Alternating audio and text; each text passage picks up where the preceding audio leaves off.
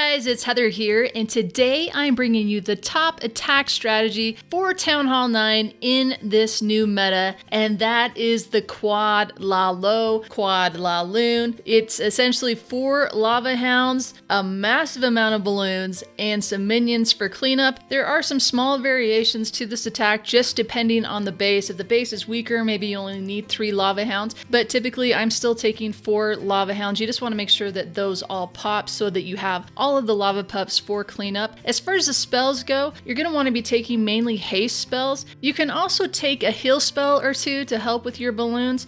You're also going to want to take a poison or 2 to help take out the enemy clan castle and also slow down the enemy archer queen. Or you can also bring some skeleton spells to be able to take out the enemy archer queen, just depending on the base and how difficult it is for you to be able to reach the enemy archer queen and how you plan on taking her out. This is a video I've been meaning to get out to you guys for 2 weeks now. Just had so much going on with the holidays, but right as soon as the update hit with the balloons, people were figuring this out and seeing just how powerful balloons were at Town Hall 9. And really, there isn't a troop composition that compares to using balloons at Town Hall 9, at least not right now. It's no surprise that the offensive meta of the game moves much quicker than the defensive meta of the game. Of course, we all know there's a reason for that, because the moment the new update hits and there's changes to the troops within the game, or there's new troops in the games, we can do hundreds and thousands of friendly challenge attacks and be able to figure out the meta and figure out what's going to work against the current defensive meta in the game. But the defensive meta is stalled because you have to take the time to build the base, and then you have to take the time to test it, and every time you need to make tweaks to that base, it takes another 24 hours before you can retest it again. So one of the main things I would like to see in 2017 is a huge improvement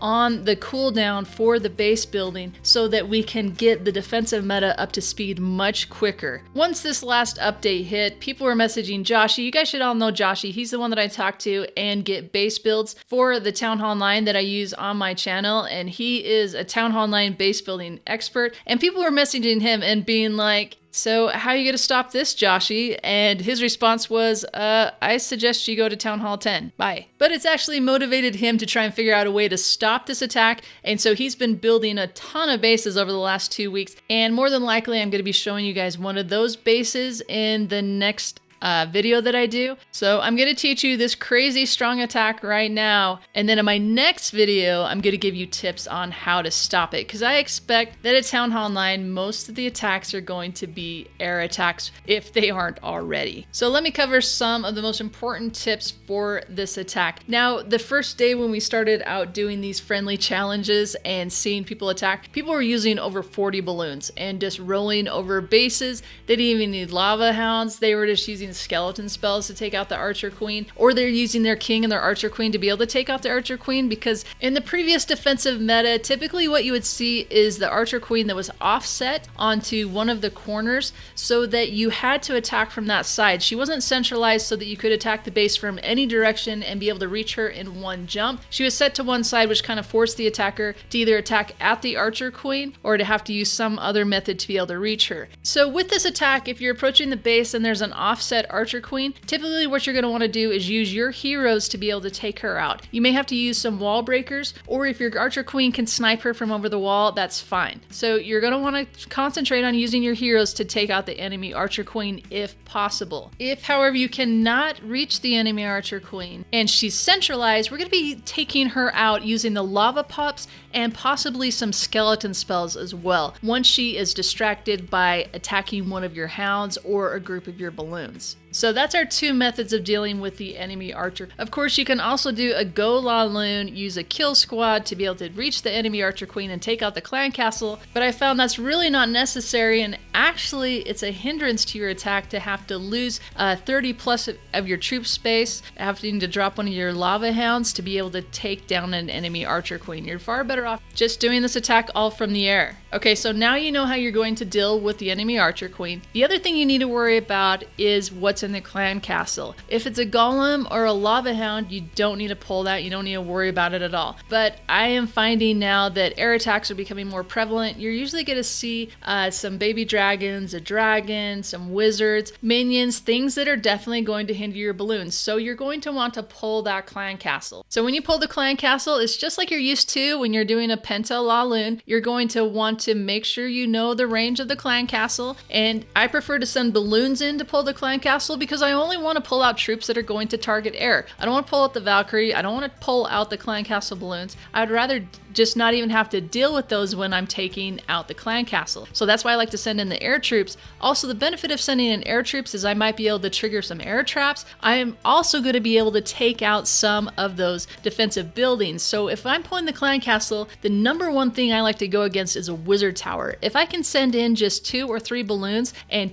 pull the clan castle and also take out a wizard tower, that is awesome. If I can take out a wizard tower, taking out an archer tower is great. So my rule of thumb for pulling out a clan castle is you should be able to get to the clan castle within 2 defenses. If you can do that, you can typically just send in 2 balloons. I also like to use one of my haste spells to rush the balloons in and ensure that I'm taking care of a few defenses along the way. Remember, the number one thing you want to get rid of is wizard towers. If you could get rid of an air defense because they're super shallow, yeah, go for it, but that's highly unlikely. Archer towers are great to get rid of. Teslas are great to get rid of, and an air sweeper is awesome to get rid of. So look for that. What is the high value buildings that you can get by using 2 to 3 of your balloons on this clan castle pull? So that means you're going to want to try to avoid sending your clan castle pull against mortars and cannons. Sometimes it can't be avoided, but this is just what you're looking for. So the rule of thumb is if you're going in range of an air defense, you need to send 3 balloons. If you're not going in range of an air defense, you can just send 2. The other rule of thumb is how much value can you get for those balloons? If you're going to be able to take out a wizard tower, an air sweeper,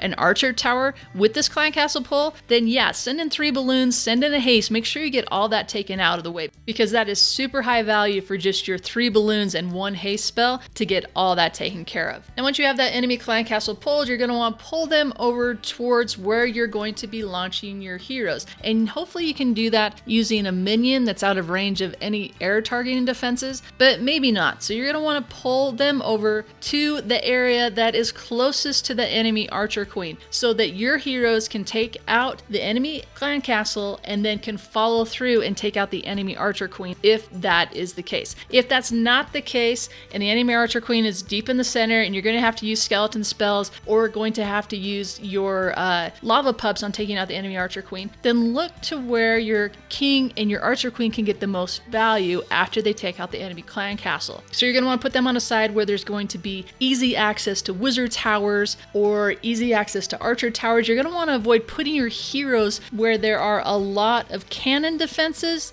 Try to avoid that because you're not getting any value for your heroes taking out the cannons. So as we move through this phase of the attack, you're having your heroes take out the enemy clan castle. You're having your heroes take out the enemy archer queen if possible. You can also use a skeleton spell on the enemy archer queen, especially if your heroes are low level. That skeleton spell can help distract the enemy archer queen. Dropping a poison on the enemy archer queen really slows her down, which allows your queen to be saved. So if you're going up against a much higher archer queen, just dropping that poison spell on her will be enough for your low level archer queen to be able to take her out. Now once you've done that, it's time to move on to the next phase of the attack. I like to start this air attack from behind the sweepers. I don't like to go against the sweepers, so try to avoid that as much as possible. The rest really doesn't matter as much. I just find that the sweepers are the biggest annoyance. Even though you're using haste spells, and that's usually enough to be able to counteract the sweeper, I just find that it still ends up separating your hounds from your balloons at a much greater distance than if you were to attack in a sweeper blind. So as you send in the lava hounds, it's just like the penta LaLoon tutorial. You're going to send your hounds in so that they cover a large portion of the base, hopefully picking up those red air bombs and triggering them and having them hit the lava hounds instead of your balloons. Either you're going to be sending 2 hounds against 2 separate air defenses, or you're going to have them coming from opposite directions going in against 1 air defense. If the archer queen is up, you're going to want to make sure that you have more lava hounds on her side so that when she pops those lava pups, they can help take her out. But you also want to make sure that you have good spacing on those lava hounds so that they cover the base and they protect your balloons.